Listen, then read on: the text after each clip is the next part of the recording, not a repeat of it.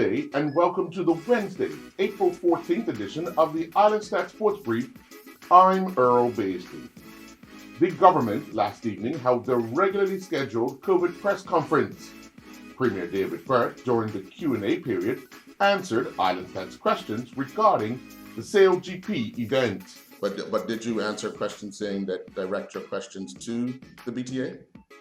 Did I answer? I think that there's a request for media questions to go there. But if you have a question, Okay, ask away. I was just making sure because if now we're directed to the BTA, I just want to make sure who we're asking, and I think the public is sitting here waiting to hear whether or not this organization will be given the approval to even start training again. Well, here's one. I'll state the thing that I stated earlier, Earl, and I'll state it again, is that, our ability to host events generally is an important part of our tourism recovery. And so whether it's cup match, sailing, or golf, or even carnival, we have to prepare for hosting events safely in light of the change that, that COVID has brought to this world. So it just so happens that right now it's sailing, and the same precautions and rules apply for any event we hope to host in the near term. And so the BTA is liaising with the Ministry of Health to determine how any public health risk may be able to be mitigated to support this event. We know the economic importance of this event and events generally to the economy, and the need to balance that with our existing public health status. And so we're still working through those things.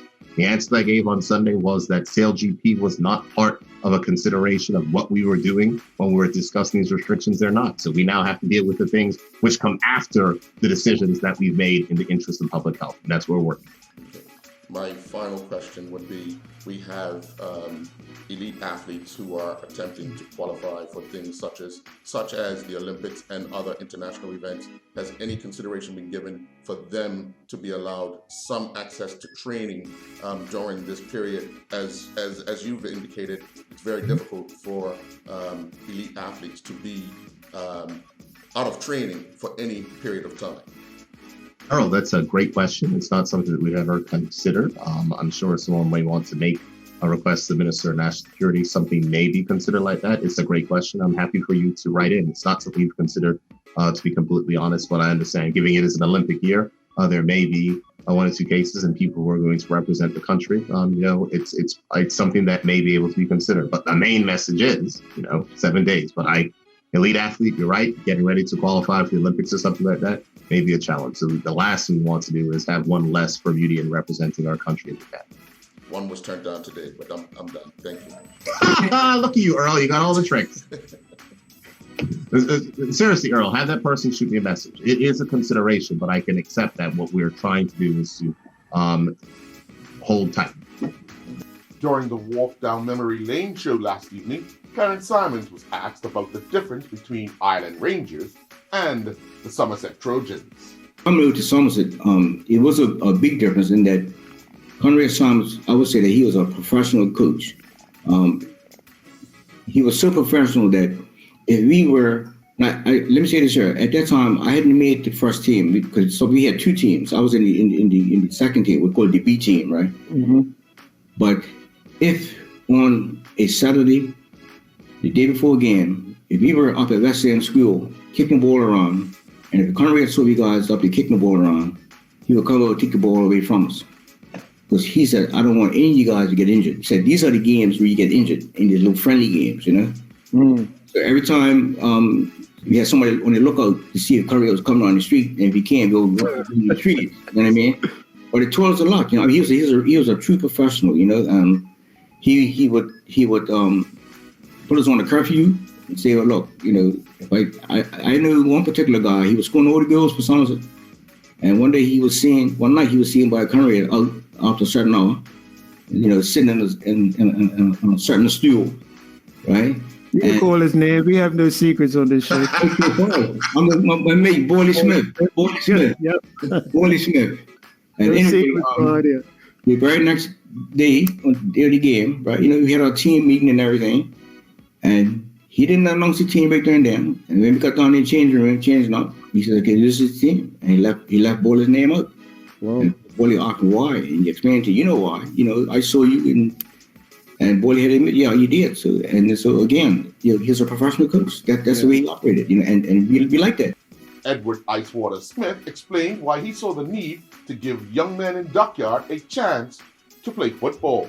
My thing was I always saw where a male needed to become a man. It's not that I was a man at 16. As I said, my old man kept me in check way back then, but I saw a need for a male to become a man. Even today, I see a need for a male to become a man. I don't know if I'm making any sense to you. Yep. Yes. I know, because we got a lot of males today, but we got very few men, if you understand. So in these young men in Somerset, Dockyard, they didn't have nothing to do. And I thank my wife for supporting me even way back then. She's always supported me right down through the whole thing. So we got together a little team in Dockyard, and I demand discipline. I really demand discipline. Some of them didn't want to be disciplined, so I gave them a choice. If you want to play, then you got to play under the rules and regulations, you understand? I'm not like these coaches you got today. But the guys came through very good. They took some serious licks in the beginning. Serious licks they took. But they came out on top. They improved the game. And of course, I don't know if Clarence said anything about Clyde Best some years ago. Clyde was a hard young man. I just as well tell you right now, he was a bully. I'm telling you, Clyde didn't go to England to play soccer because he was a chicken. I just will tell you that. He didn't go there because he was a bully. At 14, 15 years old, do you realize that Clyde Best decided that he wanted to take me on because I was disciplined? Oh. He decided that. Oh, wait till I talk to him. So that, I ain't gonna tell you what happened to him, but that was the end of that thing right there. But then when it came to picking the team, we only had about 12, 14 guys, that's all we had. And Clyde was one of our top players, and I left him out of the game, and the rest of the players, Mr. Smith, you're not gonna leave Clyde out, are you? They said he's one of our best players. So all I said to them, anybody else want to see him, don't feel like playing? And that was the end of the day. Nobody said anything. That was a line of discipline. Yeah. But as a result of that, Clyde came down and wanted to be an extremely good player. In fact, he told me during his junior days, he said, Mr. Smith, you're going to have to pay to see me play one day. That's what he said to me. I'm going to tell you right now. And I'm glad I paid to see him. I paid to see him play because there was a game I think they played against. It was either Mexico or one of them teams up at Prospect Field way back then. And one of the best goals I ever seen scored in my life, Clyde Best scored it up on that field up there. The ball was swung across from the left side. Clyde took the ball on his chest. And the next thing of that, the ball was in goal. He volleyed the ball right in the net. What a goal, I can still see it today. This year's CONCACAF Gold Cup final will be played on August 1st at the Allegiant Stadium in Las Vegas. Kane Critchlow returned to action with his Watford under-23 teammates as they continue to develop defensively and take a leaf out of the first team's book by keeping their third clean sheet in 5 games with a 0-0 draw with Hull City. A gutsy second-half fight back saw Nijai Tucker and his Burnley teammates score twice in 8 minutes to just about keep their playoff hopes alive with a 2-2 draw against Norwich City. Daniel Augustus concluded competing on the APGA Tour Las Vegas Open. Augustus shot a second round 3 over par 74 to finish the tournament tied 22nd. Augustus' second round consisted of 5 birdies, 7 pars, 4 bogeys, and 2 double bogeys. Nathan Simons and his Indian Hills men's track and field teammates' distance running unit took its turn to shine at the Wichita State Open. In the 400-meter event, Simons clocked a personal best time on his way to finishing second with a time of 48.55. Sadly, Gary Rollins and his Sussex teammates' 2020 tour match against Sri Lanka, scheduled to take place at the First Central County Ground on Sunday, June 20th, has been cancelled following discussions between the England and Wales Cricket Board and the boards of the international teams set to tour England this summer. Scott Redmond and his Bloomberg University men's tennis teammates evened their record at 2-2 on the season as they took care of visiting Kutztown University 7-0. Bloomberg swept all 3 doubles matches to jump out in front 1-0 heading to the singles competition. Sophomore Redmond and Victor Martinez capped off the double sweep with a 6-3 victory at the number 3 spot. Redmond did not feature in the singles. Previously, we recorded that a total of 6 Bermuda archers took part in the Las Vegas online shoot.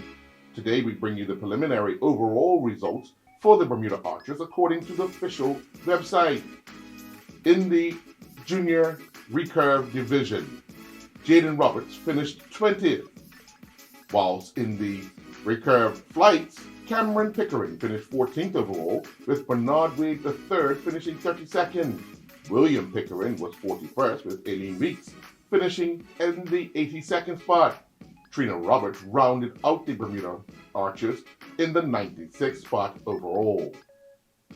And that's a look at this Wednesday, April 14th edition of the Islandstats Sports Brief. I'm Earl Baston.